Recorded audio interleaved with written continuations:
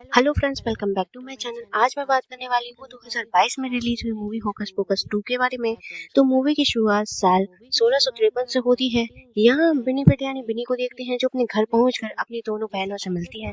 उसकी बहनों ने बिनी के 16वें जन्मदिन के लिए जली जैसा केक बनाया होता है, लेकिन बिनी को वो केक बिल्कुल पसंद नहीं आता है। इसीलिए उसकी बहन उसे गिफ्ट में एक जहरीली मकड़ी देती है जो बिनी को बहुत पसंद आती है। तभी उसके घर के बाहर गाँव का मुखिया टोनी लोगों की भीड़ लेकर उसके घर के बाहर पहुंचता है। वो चाहता है कि 16 साल की हो चुकी बिनी की शादी जॉन नाम के लड़के से कर दी जाए, लेकिन बिनी शादी करने से साफ मना कर देती है। वो बताती है कि वो बिली से प्यार करती है और दोनों एक दूसरे को किस भी कर चुके हैं। बिनी की ये बात टोनी को बिल्कुल पसंद नहीं आती है, इसीलिए वह तीनों बहनों को सलम से बाहर निकालने का आदेश दे देता है। जब सैनिक तीनों बहनों को गांव से बाहर ले जा रहा होता है, तभी बिनी की जहरीली मकड़ी टोनी के ऊपर चढ़ जाती है। उसे देखकर टोनी डर जाता है। इसी अफरा तफरी का फायदा उठाकर तीनों बहनें वहां से भागकर फॉरबिडन फॉरेस्ट में चली जाती हैं। वहाँ एक पक्षी काफी देर से तीनों पर नजर रखे हुए होता है। कुछ ही देर बाद वह पक्षी एक चुड़ैल में बदलकर उसके सामने आ जाती है। वह मैरी को पकड़कर हवा में उठा लेती है। अपनी बहन को बचाने के लिए बिनी चुड़ैल का सामना करने के लिए आगे आती है। चुड़ैल बिनी का गला पकड़कर उसे भी हवा में उठा लेती है, लेकिन तभी उसे बिनी के अंदर कुछ खास महसूस होता है। उसे पता चल जाता है कि बिनी बाकी लड़कियों से अलग है, इसीलिए वह बिनी को खाने की बजाय अपनी जादुई किताब दे देती है। वो बताती है कि इस किताब में बहुत सारे शक्तिशाली मंत्र लिखे हैं जिनकी मदद से बिनी अपने दुश्मनों से बदला ले सकती है। दरअसल चुड़ैलों को बिनी के जन्मदिन और टोनी के बारे में भी पता चल चुका होता है। बिनी जब किताब देखती है तो उसे इसमें मैजिका मिक्सना नाम के एक बेहद शक्तिशाली मंत्र के बारे में पता चलता है। इस मंत्र की मदद से वो बहुत शक्तिशाली चुड़ैल बन सकती थी। इन चुड़ैलों से ये मंत्र इस्तेमाल ना करने की सलाह देती है और उससे वादा लेती है कि वह कभी इसका इस्तेमाल नहीं करेगी। बिनी वादा कर लेती है और अपनी बहनों के साथ वापस सेलम लौट आती है। इसके बाद बिनी किताब में से एक मंत्र पढ़कर टोनी के घर में आग लगा देती है। यहीं से ये सीन खत्म होता है और कहानी सीधे 2022 में पहुंच जाती है। अब हमें बेका नाम की लड़की को स्कूल जाते हुए दिखाया जाता है। स्कूल में उसकी मुलाकात अपने दोस्त इजी और कैसी से होती है। तभी कैसी का बॉयफ्रेंड माइक उसे अपने साथ ले जाता है। आगे पता चलता है कि आज हैलोवीन का दिन है और इसी दिन बेका का 16वां जन्मदिन भी है। क्लास के दौरान माइक बेका और इजी को होने वाली हैलोवीन पार्टी में आने के लिए इनवाइट करता है, लेकिन दोनों मना कर देती है क्योंकि उन्होंने हैलोवीन के लिए पहले से ही एक अलग प्लान बनाया होता है। इसमें माइक उन्हें चिढ़ाते हुए कहता है कि तुम लोग पार्टी में इसलिए नहीं आना चाहती हो क्योंकि तुम्हें चुड़ैलों की तरह काला जादू करना है। माइक की ये बात बेका और इजी को बिल्कुल पसंद नहीं आती है। अगले सीन में बेका और इजी कैसी के पिता टास से मिलती हैं, जो इस शहर के मेयर है। इसके बाद में वो गिलबर्ट की दुकान पर जाती हैं। गिलबर्ट की ये दुकान जादू टोनों से जुड़ी चीजें बेचने के लिए मशहूर होती है। दुकान में गिलबर्ट बच्चों को सैंडरसन बहनों की कहानी सुना रहा होता है। सैंडरसन बहनें यानी बेनिफिट, मैरी और सैरा बहुत ही शक्तिशाली चुड़ैलें थी। गिलबर्ट बताता है कि 7वीं शताब्दी में सैंडरसन बहनों ने अपनी जादुई किताब की मदद से एक बच्ची की आत्मा अपने अंदर सोख ली थी, जिसके कारण उस बच्ची की मौत हो गई। इसके बाद सैलम के लोगों ने सैंडरसन बहनों को फांसी की सजा दे दी, लेकिन मरने से पहले उन बहनों ने शहर के लोगों को श्राप दिया कि अगर कोई व्यक्ति उनकी काली मोमबत्ती जलाएगा तो वो दोबारा जिंदा हो जाएंगी। गिलबर्ट अपनी कहानी जारी रखते हुए बताता है कि 29 साल पहले यानी 1993 में हेलोइन के दिन सैंडरसन बहनें दोबारा जिंदा हो गई थी। इसके बाद वह वही घटना दोबारा बताता है जो हम फिल्म के पहले पार्ट में देख चुके हैं। गिलबर्ट उन चुड़ैलों की जादुई किताब भी दिखाता है जिसे उसने संभाल कर रखा हुआ होता है। हालांकि उसकी कहानी सुनने के बाद भी वहाँ मौजूद लोगों को उसकी बातों पर पूरी तरह विश्वास नहीं होता है। इसके बाद हम गिलबर्ट को बेका और इजी से बात करते हुए देखते हैं। दोनों उसकी दुकान पर कुछ जादुई सामान खरीदने आई होती है ताकि वो अपने गुड लक के लिए एक छोटा सा टोटका कर सके। गिलबर्ट को पहले से पता होता है कि आज बेका का जन्मदिन है, इसीलिए वह उसे जन्मदिन के तोहफे के तौर पर एक जादुई मोमबत्ती देता है और बताता है कि ये एक जादुई मोमबत्ती है। इसके बाद बेका और इजी अपनी जरूरत का बाकी सामान लेकर वहां से चली जाती हैं। सामान खरीदने के बाद बेका और इजी फॉरबिडन फॉरेस्ट में चली जाती हैं। वहां पहुंचकर इजी कैसी की एक तस्वीर निकालती है क्योंकि वो हर साल कैसी के साथ में हैलोवीन मनाती थी, लेकिन इस बार कैसी अपने बॉयफ्रेंड माइक के साथ में हैलोवीन पार्टी मना रही होती है। लेकिन इस बार कैसी अपने बॉयफ्रेंड माइक के साथ हैलोवीन पार्टी मना रही होती है। इसके बाद बेका उस मोमबत्ती को जलाकर गिलबर्ट वाला मंत्र पढ़ती है, लेकिन अचानक मोमबत्ती की लौ काली पड़ जाती है। काली लौ देखकर दोनों डर जाती हैं, लेकिन उनकी मुसीबत तो अभी शुरू हुई थी। अचानक जंगल की जमीन फटने लगती है और देखते ही देखते बेका और इजी के सामने सैंडरसन बहनें खड़ी हो जाती हैं। उन्हें देखकर दोनों चुपचाप जंगल से भागने की कोशिश करती हैं, लेकिन तभी सैंडरसन बहनें उन्हें पकड़ लेती हैं। दरअसल उन चुड़ैल बहनों को पूरी तरह से जिंदा होने के लिए सुबह होने से पहले एक जादुई काढ़ा बनाना था। इसके लिए बिनी अपनी जादुई किताब को आवाज देने लगती है, लेकिन किताब बंद होने के कारण उसके पास में नहीं आ पाती। इसके बाद वो दोनों जवान होने के लिए बैका और इजी को खाने की कोशिश करती है।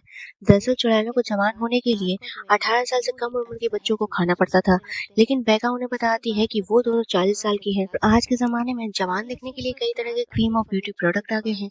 ये सुनकर तीनों बहनें उन दोनों के साथ में एक कॉस्मेटिक की दुकान पर जाती हैं और वहां रखी क्रीम और सीरम को पीने लगती हैं। यहाँ बैका तीनों से झूठ बोल देती है कि इन प्रोडक्ट में बच्चों की आत्मा मिली हुई है और इन्हीं कॉस्मेटिक प्रोडक्ट का इस्तेमाल करके लोग जवान बन रहे हैं। लेकिन उनकी चालाकी ज्यादा देर तक नहीं चलती है, क्योंकि बिनी कॉस्मेटिक की दुकान पर काम करने वाले एक शख्स से पूछ लेती है कि इन क्रीम में कितने बच्चों की आत्मा मिली हुई है। वो शख्स बताता है कि इसमें किसी भी बच्चे की आत्मा नहीं मिली है। ये सुनकर बिनी गुस्से में बैका और इजी पर हमला कर देती है, लेकिन दोनों अपने सामने नमक डालकर उसके वार से बच जाती हैं। दरअसल गिलबर्ट ने बैका को बताया था कि चुड़ैलों की शक्तियां नमक के सामने कमजोर पड़ जाती है। इसी बात का फायदा उठाकर बैका और इजी वहां से भाग निकलती हैं। दूसरी तरफ मैरी और सारा अलग अलग चीजों पर बैठकर उड़ते हुए आगे बढ़ने लगती हैं। यहाँ हम मैरी को दो रोबोटिक वैक्यूम क्लीनर पर उड़ते हुए देखते हैं। वहीं दूसरी तरफ बैका और इजी गिलबर्ट की दुकान पर पहुंचकर उस पर गुस्सा करती है, क्योंकि उसने बैका को जो मोमबत्ती दी थी वो सैंडरसन बहनों की काली मोमबत्ती के बचे हुए मोम से बनी थी। इसका मतलब था कि गिलबर्ट को पहले से पता था कि अगर बैका उस मोमबत्ती को जलाएगी तो सैंडरसन बहनें दोबारा जिंदा हो जाएंगी। इसी दौरान गिलबर्ट की नजर उसकी जादुई किताब पर पड़ती है। किताब अचानक अपनी आंख खोल देती है। उसकी खुली हुई आंख को देखकर गिलबर्ट किताब को बाहर निकाल लेता है और उसके पन्ने खोल देता है। ऐसा करते ही किताब से एक तेज रोशनी निकलती है और इसी रोशनी की मदद से सैंडरसन बहनों को गिलबर्ट की दुकान का पता चल जाता है। कुछ ही देर बाद तीनों बहनें गिलबर्ट की दुकान पर पहुंच जाती हैं और बैका और इजी को पकड़ लेती हैं। वहीं गिलबर्ट उन्हें देखकर काफी खुश होता है। वह उन्हें बताता है कि उसने 29 साल पहले उन तीनों को आसमान में उड़ते हुए देखा था और जब उसकी मौत हुई थी तब वह उसी कब्रिस्तान में मौजूद था। उसी घटना के बाद में वो उन्हें दोबारा जिंदा करने का सपना देख रहा था। आखिरकार आज उसने एक लड़की के हाथों वो मोमबत्ती जलवाकर सैंडरसन बहनों को फिर से दोबारा जिंदा कर दिया था। इसके बाद विनी फैसला करती है कि वो किताब में दिए गए सबसे शक्तिशाली जादू यानी मैजिक मैक्सिमा का इस्तेमाल करेगी। इस जादू की मदद से वो इतनी शक्तिशाली बन जाएगी कि उसे हमेशा जिंदा रहने के लिए किसी की जरूरत नहीं पड़ेगी। तभी उसकी बहन उसे याद दिलाती है कि तुमने उस जादू का इस्तेमाल न करने का वादा किया था। इस पर विनी कहती है कि मैंने 300 साल पहले वादा किया था और इतने पुराने वादे को मैं अभी तक नहीं निभा सकती। इसके बाद वो किताब से मैजिका मैक्सिमा वाला पन्ना खोलने के लिए कहती है। पन्ना खोलते ही उन्हें पता चल जाता है कि इस जादू को करने के लिए कुछ खास चीजों की जरूरत होगी। उसमें किसी ऐसे इंसान का सिर भी शामिल था जो बिनी से प्यार करता हो। इसके अलावा उसके सबसे बड़े दुश्मन के वंश का सिर भी चाहिए था, क्योंकि बिनी का सबसे बड़ा दुश्मन टोनी था। इसीलिए वह गिलबर्ट से टोनी के वंश के बारे में पूछती है। गिलबर्ट बताता है कि सेलम के मेयर ट्रास्ट टोनी के वंशज है। बिनी गिलबर्ट को 1 घंटे का समय देती है और उसे इन सभी चीजों का इंतजाम करने के लिए कहती है। इसमें उस इंसान का सिर भी शामिल था जो बिनी से प्यार करता था, और क्योंकि बिली ही बिनी से प्यार करता था इसीलिए उन्हें बिली का सिर भी चाहिए था। गिलबर्ट सन्नासन बहनों की इस खतरनाक योजना के बारे में सुनकर डर जाता है, लेकिन अब वह उनके चंगुल में फंस चुका था। इसीलिए मजबूरी में बिली का सिर और बाकी सामान लेने के लिए वहां से निकल पड़ता है। अगर उसने ऐसा नहीं किया तो सन्नासन बहनें उसे भी नहीं छोड़ने वाली थी, यानी 1 घंटे के अंदर गिलबर्ट की भी मौत हो सकती थी। इधर इजी और बैका भी सन्नासन बहनों की पूरी योजना सुन लेती है। तीनों बहनें कैसी के पिता ट्रास का खून लेने के लिए शहर की तरफ चली जाती हैं। इसके बाद बैका और इजी रोजमेरी की पत्तियों को जमीन में दबाकर जादू तोड़ने की कोशिश करती हैं, क्योंकि माना जाता है कि रोजमेरी की पत्तियों से किसी भी तरह के जादू को तोड़ा जा सकता था, लेकिन ऐसा करने पर भी कुछ नहीं होता है। तभी इजी कहती है कि हमें इन पत्तियों पर अपना हाथ रखना चाहिए, शायद ऐसा करने से पत्तियां अपना जादू दिखा दें। इसीलिए दोनों अपने हाथ उन पत्तियों के ऊपर रखती हैं। तभी हम देखते हैं कि बैका के हाथ से नीली रोशनी निकलने लगती है। इसका मतलब था कि बैका खुद भी एक चुड़ैल थी, लेकिन उसे इस बात का बिल्कुल भी पता नहीं था। बैका के हाथ से निकलने वाली नीली रोशनी की वजह से वहाँ एक सीढ़ी दिखाई देने लगती है। इसकी मदद से दोनों तहखाने से बाहर निकलती हैं और कैसी के घर जाती हैं, ताकि उसे और उसके पिता को बचा सके। दूसरी तरफ गिलबर्ट बिली की कब्र खोदकर उसे बाहर निकाल लेता है। बिली बिनी के पास जाने के लिए तैयार नहीं होता है। वो बताता है कि उसने बिनी को सिर्फ एक बार किस किया था, लेकिन बिनी ने उस किस को बहुत बड़ा बना दिया था। गिलबर्ट उसे अपने साथ ले जाने के लिए झूठ बोलता है कि सन्नासर बहनों को हराने के लिए उसे बिली की जरूरत है। ये सुनकर बिली उसके साथ में चल पड़ता है। दूसरी तरफ बैका और इजी कैसी के घर पहुंचती हैं। वहां उन्हें बाहर माइक दिखाई देता है, जिसके पीछे सन्नासर बहनें भी पहुंच चुकी होती है। ये देखकर कैसी अपने दोस्त को घर के अंदर ले जाती है और दरवाजा बंद कर देती है, लेकिन बंद दरवाजा उन चुड़ैलों को घर में आने से नहीं रोक पाता है। इस दौरान बिनी अपनी बातों में उन्हें उलझाकर काफी समय बर्बाद कर देती है। ताकि कैसी और इजी घर के अंदर नमक का घेरा बना सके।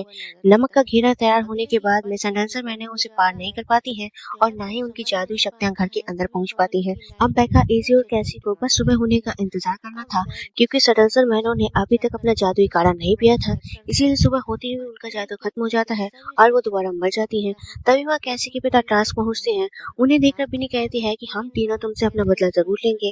बातों बातों में कैसी अपने पिता को पापा कह देती है। ये सुनकर बिनी को समझ आ जाता है कि वो कैसी के खून का इस्तेमाल करके भी मैजिका मैक्सिमा वाला जादू कर सकती है, लेकिन इस समय वह कुछ नहीं कर पाती क्योंकि तीनों चुड़ैलें नमक के घेरे में फंसी हुई थी। तभी अचानक मैरी का रोबोटिक वैक्यूम क्लीनर वहां आ जाता है और जमीन पे पड़ा नमक साफ कर देता है।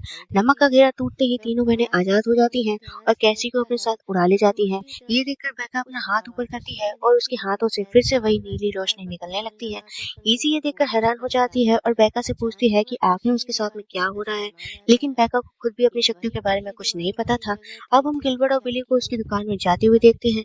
गिलबर्ट बार बार ये देख रहा होता है कि 1 घंटे का समय पूरा होने में कितना समय बचा हुआ है। ये देखकर बिली समझ आता है कि गिलबर्ट सैंडरसन बहनों के साथ में मिला हुआ है, इसीलिए वह वापस अपनी कब्र की तरफ जाने लगता है। तभी गिलबर्ट उसका पीछा करते हुए फॉरबिडन फॉरेस्ट की तरफ निकल पड़ता है। कुछ ही देर बाद तीनों चुड़ैलें कैसी को लेकर वहां पहुंचती हैं। वो देखती है कि गिलबर्ट उसके काम के लिए जरूरी सामान लेकर आ चुका है। अब उन्हें गिलबर्ट की कोई जरूरत नहीं थी, इसीलिए वो उसे दूर फेंक देती है। इसके बाद बिनी कैसी के गले पर कट लगाकर उसके खून की एक बूंद लेती है और मैजिका मैक्सिमा वाला जादू शुरू कर देती है, लेकिन तभी समय रहते बेका वहां पहुंचकर उसका ध्यान भटका देती है। इसी मौके का फायदा उठाकर इजी कैसी को आजाद करवाकर वहां से भाग निकलती है। वहीं दूसरी तरफ बेका पहली बार अपनी जादुई शक्तियों का इस्तेमाल करती है, लेकिन उसका जादू अभी काफी कमजोर होता है, इसीलिए वह सैंडरसन बहनों को ज्यादा नुकसान नहीं पहुंचा पाती है। इसके बाद बेका जादुई किताब से कहती है, तुम खुद सोच समझ सकती हो, इसीलिए मैं चाहती हूँ कि तुम खुद फैसला करो कि तुम बिनी के पास रहना चाहती हो या मेरे पास। ये सुनते ही जादुई किताब बेका के पास चली जाती है। किताब को लेकर वह कैसी और इजी के पास पहुंचती है। वहां वो लोग मैजिका मैक्सिमा के बारे में पढ़ती है। किताब में इस जादू को लेकर एक बड़ी चेतावनी लिखी होती है। उसमें बताया गया था इस जादू को इस्तेमाल करने वाला इंसान सबसे शक्तिशाली चुड़ैल बन जाएगा, लेकिन इसके बदले उससे उसकी सबसे प्यारी चीज छिन जाएगी। वो लोग अभी किताब पढ़ ही रहे होते हैं कि तभी बिनी, सारा और मैरी वहां पहुंच जाती है और उन पर हमला करने की कोशिश करती है। इस पर बेका अपनी जादुई शक्तियों से एक शील्ड तैयार करती है जिससे चुड़ैलों का जादू कमजोर पड़ने लगता है। तभी इजी और कैसी भी उसका हाथ पकड़ लेती है, क्योंकि किताब में लिखा था कि जब लोग एक दूसरे का हाथ पकड़ते हैं तो जादू की शक्ति कई गुना बढ़ जाती है। अब हमें समझ आता है कि इजी और कैसी का हाथ पकड़ने की वजह से बेका का जादू और भी शक्तिशाली हो जाता है और वह सैंडरसन बहनों को रोक पाती है। ये देखकर बिनी कहती है कि उसने मैजिका मैक्सिमा का मंत्र देख लिया है, इसीलिए अब उसे किताब की जरूरत नहीं है। इतना कहकर वह अपनी बहनों के साथ में जंगल के बीच में चली जाती है। वहां बिनी मैजिका मैक्सिमा का मंत्र पढ़ने लगती है और देखते ही देखते बेहद शक्तिशाली हो जाती है। लेकिन तभी अचानक मैरी और सारा वहां से गायब हो जाती है। तभी बेका वहां पहुंचती है और बिनी को बताती है कि तुमने मैजिका मैक्सिमा की चेतावनी नहीं पढ़ी थी। उसमें साफ लिखा था कि इस शक्ति के बदले तुम्हें अपनी सबसे प्यारी चीज खोनी पड़ेगी। ये सुनकर बिनी काफी उदास हो जाती है। वह अपनी जादुई किताब से पूछती है कि क्या कोई ऐसा रास्ता है जिससे वह अपनी बहनों के साथ में हमेशा रह सके। तभी किताब का एक पन्ना अपने आप खुलता है। बिनी उस पन्ने पर लिखे मंत्र को पढ़ती है और इसके बाद उसकी बहनें दोबारा उसके पास में आ जाती हैं। लेकिन इसी के साथ बिनी भी धीरे धीरे गायब होने लगती है। आखिरकार बिनी अपने सबसे प्यारी चीज यानी अपनी बहनों को खोने की बजाय खुद को ही कुर्बान कर देती है। बिनी के गायब होते ही बिली भी आजाद हो जाता है। दरअसल बिनी के जादू की वजह से ही बिली मरने के बाद भी ज़ॉम्बी के रूप में जिंदा था। अब बिनी के गायब होते ही उसका जादू भी खत्म हो जाता है और बिली को भी आखिरकार शांति मिल जाती है। मूवी के आखिरी सीन में गिलबर्ट बेका से अपनी गलतियों की माफी मांगता है। बेका उसे माफ कर देती है और इसी के साथ ये मूवी यही खत्म हो जाती है।